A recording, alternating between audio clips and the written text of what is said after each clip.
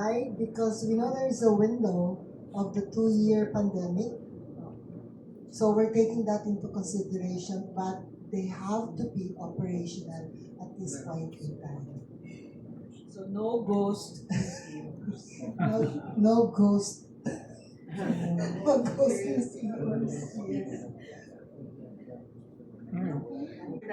Yes, there are the board of judges, especially at the initial stage, are going to go around the country and announce. Talaga naman gusto natin yung around the country and announce. There will be 3 levels kasi. Yeah, all Just to be selected. clear, no? The first level is when you submit in the portal, the secretariat, including the project manager, will go through the documents. So, administrative muna, are your documents correct, accurate, are they authentic? If go, lalagay ka na sa next step. If not, then if it's very minor, they can call and say, may kulang ng konti, but pwede kang patawarin. But if it's major, sorry, archive. Next time ka na lang.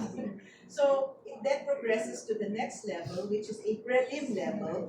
And there's another set of judges. This time, they are 5 to 7 man panel.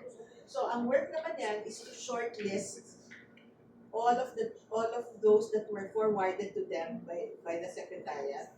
And there, they will be able to take a deeper look, even in the scoring. No? If there is any question within that level, there is always the opportunity to go and check it out and be vetted. But it's a very high scoring to go to the final level. In the final level, the judges have the sole decision to be able to ask the nominees to be present in person or interviewed in virtual ways or be visited unannounced. Kasi kailangan, baka naman maganda sa papel, pero pag nakita sa totoo, madaming kulang. So there is before it gets to the final, it has to be weeded out. Last question, sir. You mentioned kanina the judges, the panel. Maybe no, at least kung meron na kayo napili. Kasi to be honest, it's about culture, it's about Yes. art. So, syempre, ika nga, di ba, for a beauty pageant, mas magrabe pa tayo magtingin ng tao in terms of beauty pageant rather than voting people. Diba? Yes. Pero with this one, kasi we're talking about culture and arts, meron na ba kayong, do you have judges in mind or in terms, as in magaling talaga na napipisil for that position? Yes, meron na, but we are not at liberty to announce who the members of the board of judges will be. There is already. Siguro, i-add ko lang doon, there is a conscious decision on the part of the committee to make sure that the final judges will be well balanced. Meaning, there are those who are very exposed and very established in the field of heritage, culture, arts, history, etc. But we also don't want to be totally elitist. So we want grassroots to come in, to be appreciated. So there will always be in that 7, kung 5 to 7, dapat mas madami yung judges sa final because you can't overturn 5 votes by only 3 votes. So pataas. So let's say 7 to 9. Let's just say that's the number. There will be a balance. There will also be members of the jury in the final who are not totally into just culture and arts and everything. There has to be a balance. So sila naman yung that will balance of what does an ordinary person look for. Which is who we are really trying to reach That's in this museo. Huwag niyo muna tanungin yung names. We have a preliminary list except that we want their commitment. Kasi matagal pa to, sa ano pa, di ba? So their commitment. And number 2, we're very, very careful who will be in the final list. Because this is the first time this will happen or ever gonna take place. So we want to make sure objectivity and bias, no scandals, no questionable integrity will be there. Showing again the nomination guidelines for detailed explanations or inclusions. Who may nominate, the entries, the individuals down the line.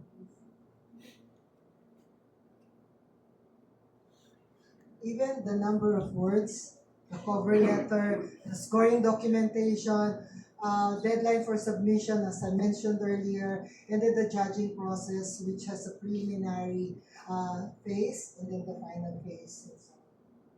And if you sign the document, if the nominee signs it, there is a clause here which says that at any point of the judging, and we find something questionable, controversial, or untruthful in what what you submitted, we can disqualify. The judges can disqualify. It is in the nomination form, the portion that Ben is saying, because the nominee and the one that nominated will both have to sign. And there is that clause. If there is anything in the submission that is untruthful, that is proven to be questionable, Archive. Archive ko na. down please.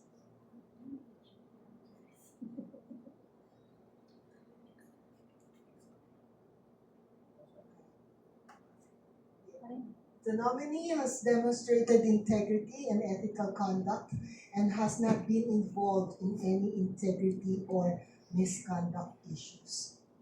And if any one of the points, the 3 points, is proven to have been misrepresented, or if nomination has a discrepancy or is non-compliant with the rules of the award, I understand that this is a reason for disqualification of the nominee. Because we can't afford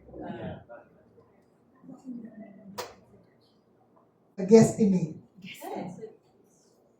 Sorry. Yeah. But, It's 300. okay, so allow us to share something also that we're doing. It might not be the right time to say it, but we're also doing a map. There's also a plan to map the museums. We will do that in collaboration with them. We're already doing. We're already, ayaw ko doing. na nga sabihin. Yes, we already started working on it. And it will map the museum across Manitoba as much as we can do and updated every time. And do you also believe na meron din pong, marami rin pong museums that have big potential despite nga in Manila we already have a lot of museums here. So parang will the provincial museums or the regional museums can compete with the Oh yes, definitely, yes. definitely. In Yes. fact, the reason for the awards is really to be able to make the smaller museums be inspired to become better, bigger, and for the bigger ones to really innovate. They cannot stay complacent. Thank you.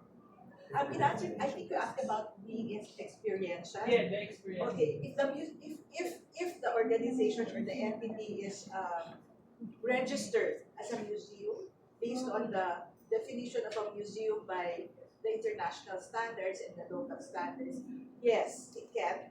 Because the museum today is actually different already. It's a combination of technology and artifacts. So yes, the answer could be yes as long as it is a museum and registered as a museum. Kasi pwedeng hindi. Pwede siyang Enchanted Kingdom. I'd like to make I'd like to make a special request to this young group. If you came from a school that has a museum, I'd request, why don't you ask the school to enter the competition? Diba? I'm sure. So you can self-nominate. Yes. Yes, as Yes. long as you sign also the Yeah. nomination form and accept it. Yes. What about dun sa, I'm just intrigued dun sa patron of culture and arts. Paano kung nasama siya sa judges na napili mo? Or what if No, they have to inhibit themselves in case there is a conflict with their judge. Definitely. Gusto ko lang sagutin ulit yung tanong kasi napaisip ako dun sa experiential. We actually got invited once to a museum which had a portion of virtual reality. It was very, very interesting. But because it's a museum, registered as such, and it was a temporary or special exhibit at the time, yes, it can qualify. Hindi ko na sabihin saan yun. My Lumipat na eh. museum. It's a rolling museum. Yeah. The Vinci. Ay, alam mo na, BGC. Alam nila ko ano yung museum na yun. BGC, tama. Yes. Hello po. Question po. Yung paano po yung, how do you measure yung public experience when judging? Kasi parang it's not in the criteria yata. It's in, Balik lang yung criteria. May explanation kasi yung criteria na yan. You only see the topic or the theme, but under each criteria, there are killer questions. Yun ang tawag namin, killer questions. So each one will have very specific questions that will help the person judge based on the theme. So, hindi ko nakita mo doon innovation. innovation, yun Hindi, yun. maraming tanong sa ilalim. There are different, each dimension of the categories or of the scoring are given permutations. What Glenn is saying, the killer questions for us to help the judges in determining how they are going to score in each dimension of the category.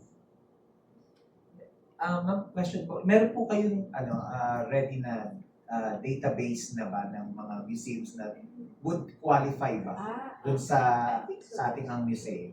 A ready database, a complete one, maybe not complete, but we have probably partial.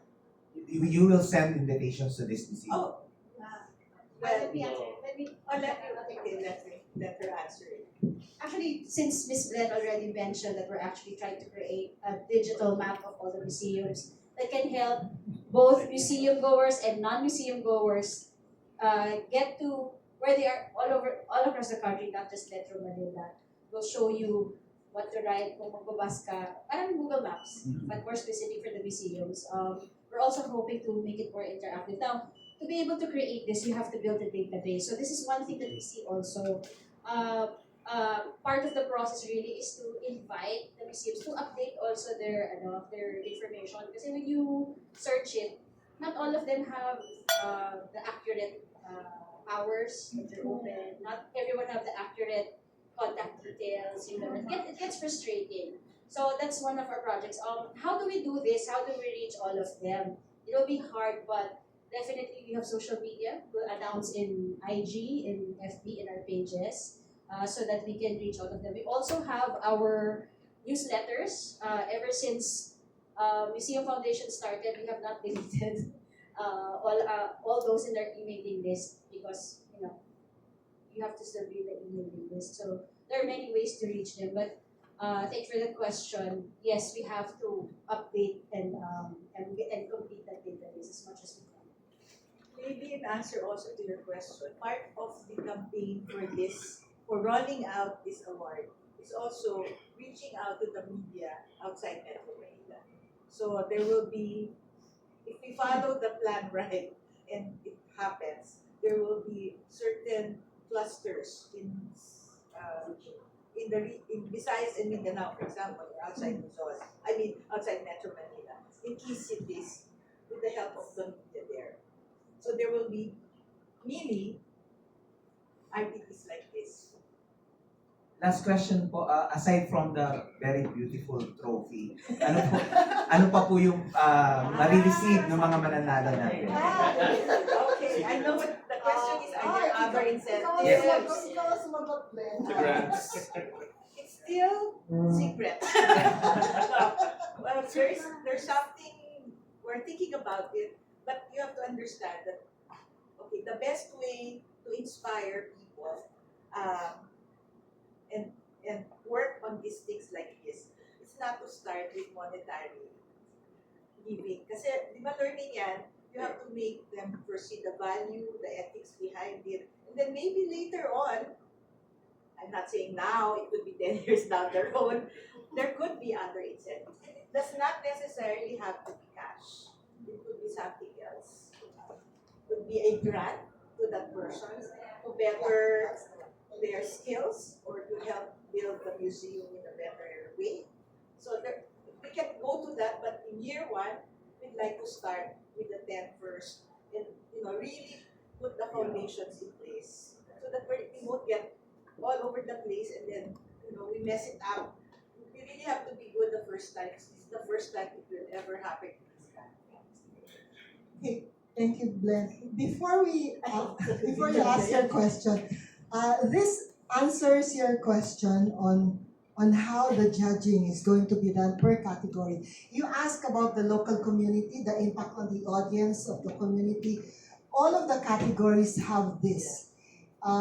It recognizes a local or municipal museum owned by the LGU, the province, city, etc.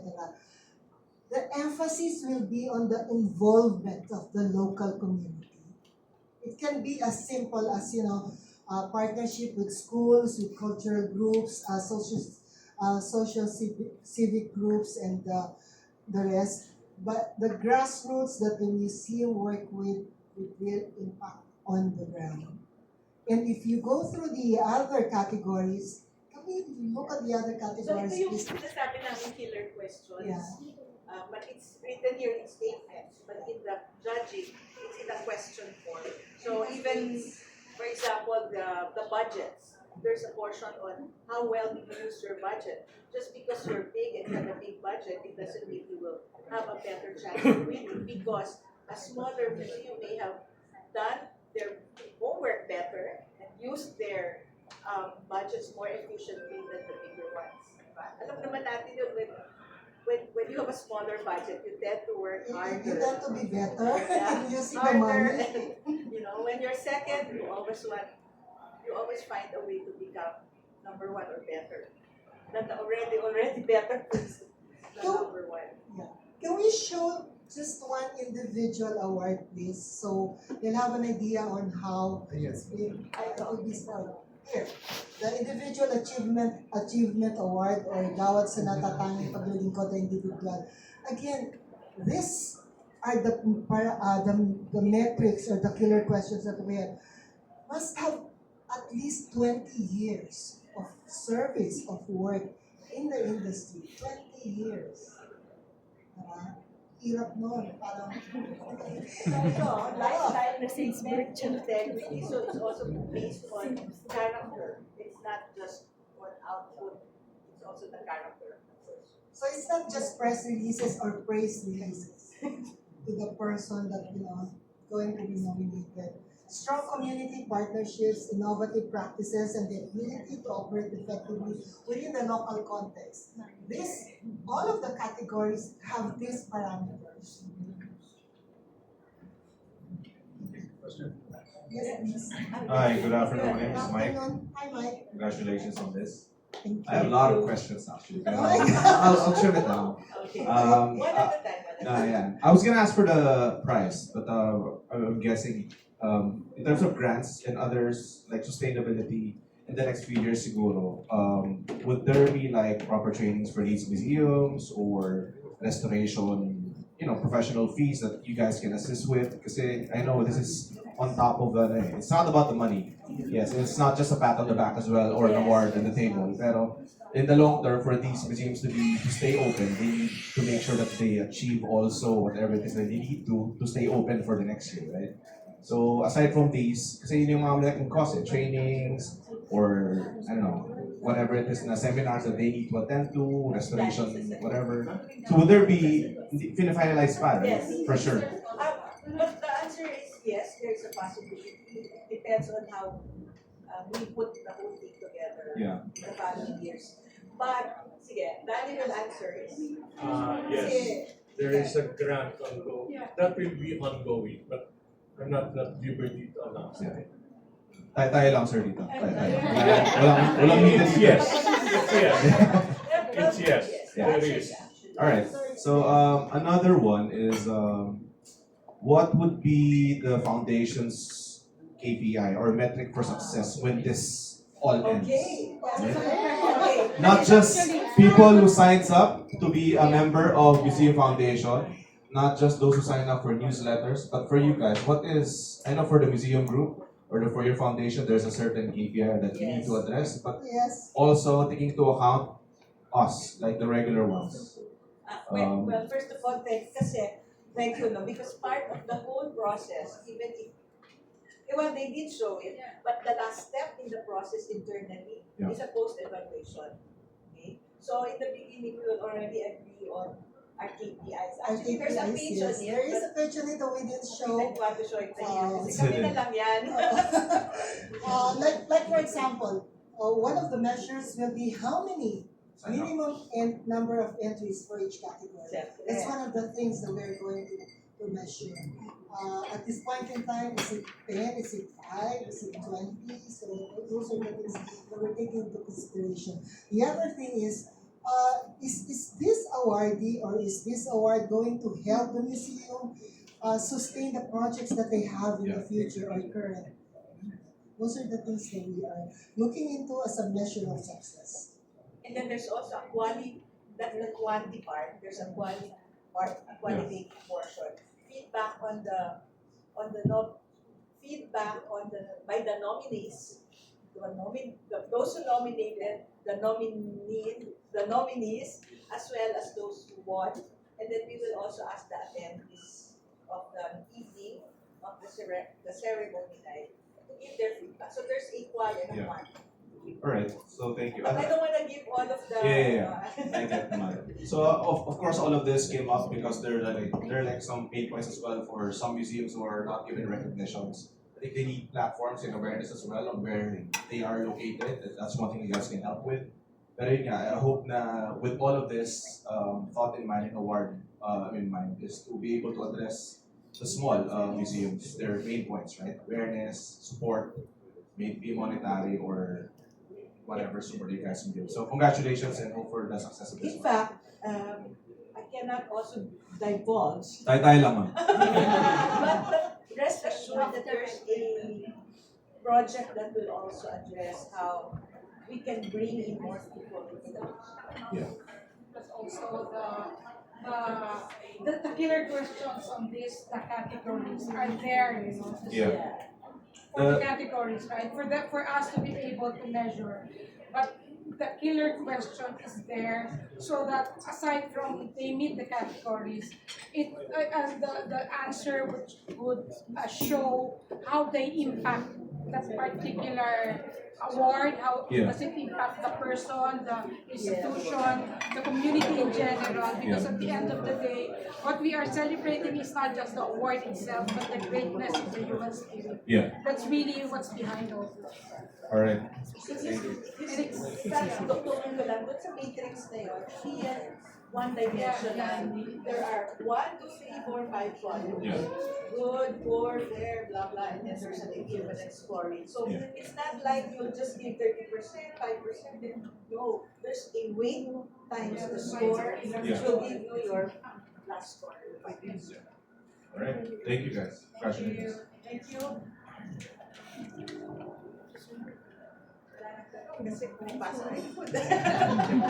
Also, I think because of this, because diba, there is an issue that in the Philippines we don't have much open spaces. That's always been of the Gen Z. No open spaces. We go to the mall every week, every weekend. But I think this would help in allowing several institutions, museums, to up their ante and create further installations, further open spaces, so that we will have those aside from the ordinary malls during weekends. Kaya napakaganda nito eh. This will pave the way in changing the landscape of our weekends, of our family bondings, of the society in general. So talagang we are celebrating not just an award, but really the greatness of our human spirit as a people, as a nation. I'm not sure if you're aware, but there's a research, I think it was done by Hani Karamba. I'm not sure if she even released it, but there is a research that very specifically says that museum or visiting museums, going to museums is actually a very big way of managing wellness, Yeah. especially mental wellness. And also to elevate our, how do you say that? Community. Yeah, community, Values. our values, Values. how we see art, how we appreciate art, not just the art of Henry C, not just the art of Gokongwei, but art in general. Yeah. There's a lot of galleries now opening up. Wala eh, Yeah. di ba? Do you guys plan to have that as well? Because medyo connect. It's the clamor for open spaces or other things to do. Museum muna, museum lang muna. Museum lang. Museum lang muna. Meron naman directory mo, bigat na yun. Oh, Museum muna. what's the foundation's take on the recent? There's a lot of art shows happening now. Art fairs. This Sunday is art of art. There are partners. Yeah. Are you guys gonna be there as well? Art with the Park is a partner of Museum Foundation. Yun pa yung isa na, because a museum is more holistic than an art gallery. Because in the museum, there are stories. There are of the present, the past, the present, and even how it will affect the future. In an art gallery, you see the visual arts, the sculpture, the 3Ds, etc. But it's different when you go inside a museum. There are many other things. There are artifacts. There are fashion. There's fashion before. There's musical instruments that you can see, touch, and hold. Diba? So very sensorial then experience inside a museum. Aside from the new ones now, which also have technology as a way. Sorry, ang dami kong tanong. What's one museum that you guys can recommend? Because the museums in the past, you usually go there, tapos when you come back after 3 months, it's the same, right? See, National Museum, sometimes they have their own different installations every other month. So what's one museum that you think are showcases the best practice of what a modern museum should be like? Having the old heritage. Well, hindi namin lalagay sa personal mamaya, tuloy nyo lang sa akin. First of all, we are inclusive, but we're not exclusive. So we can't give, because we're gonna award them in the future. It's very hard to say something, but rest assured that a lot of the museums now are also working towards uplifting themselves. Kasi not just because they want to win awards, but because that's really what's happening now. You have to up everything, especially with technology, exchange of culture, and the young people being very demanding. We're sorry for that. Demanding for new things that happen. Hello po. So apart po from the online marketing po, since curated din naman po yung feeds po ng bawat isa, does the foundation plan on having caravans or kasama po ba yung mapping with promoting the event? May budget ka. Part of the promotions plan is actually to see if you can go regionally and have similar hubs like this. As for the caravan, maybe the best way to handle it is to collab with certain organizations outside Metro Manila, because hindi naman mayaman ng Museum Foundation na. So we will have to look for groups, people, agencies who we can collaborate with. We're all in this together, can't just be the Museum Foundation. We're all stakeholders. I think we have time for one last question. Let's get 2 last questions. Well, I have a lot of questions too, but I'm not gonna ask them all. Maybe can we do like a recap on the dates that you mentioned earlier? Because of course, I'm sure you're gonna be qualifying and disqualifying some people, but and most of the the terms that you're laying out is dependent on the date as well. Yeah, can we have a ballpark of the timeline? The first deadline is actually May 15 for the entries, and then March 15. That's this Sunday. Okay. So they have 2 months to nominate, and then top of my head, first judging is June. Then September. we end June, in September. October. Then the culminating activity will be in October, museum and galleries month. Okay. The October is a real physical ceremony Mhm. and awards night. Do you have like a place where you're gonna hold a? National Museum, yeah. Not yet. Not yet. Monday. We're still working on it. Pwede sabihin, oh. We have a list. Surprise. Only because we want to make sure secure the place first. Okay. Aside from that, you mentioned, is there like a membership that they have to have in order to be nominated? Not at all. They have to pay. There's just an entry fee of Yeah. 3,000. And only because we actually thought maybe we should do this for free kasi Yeah. some museums might not be able to afford it. Yeah. But it's always good to have a stake kasi if we make it free, they'll just come in, sign up, and then wala na. But Mhm. whereas if you have something already inside, then ay sayang yun lang, kailangan natin. So Alright. it's really more of come on, be serious about this. Okay. Aside from that, this does not disqualify those small museums. I mean, like the mom and pop shops that are like in Baguio, or because there are museums there, the very small ones that have their own artifacts inside. As long as they are museums and registered as such, they can't be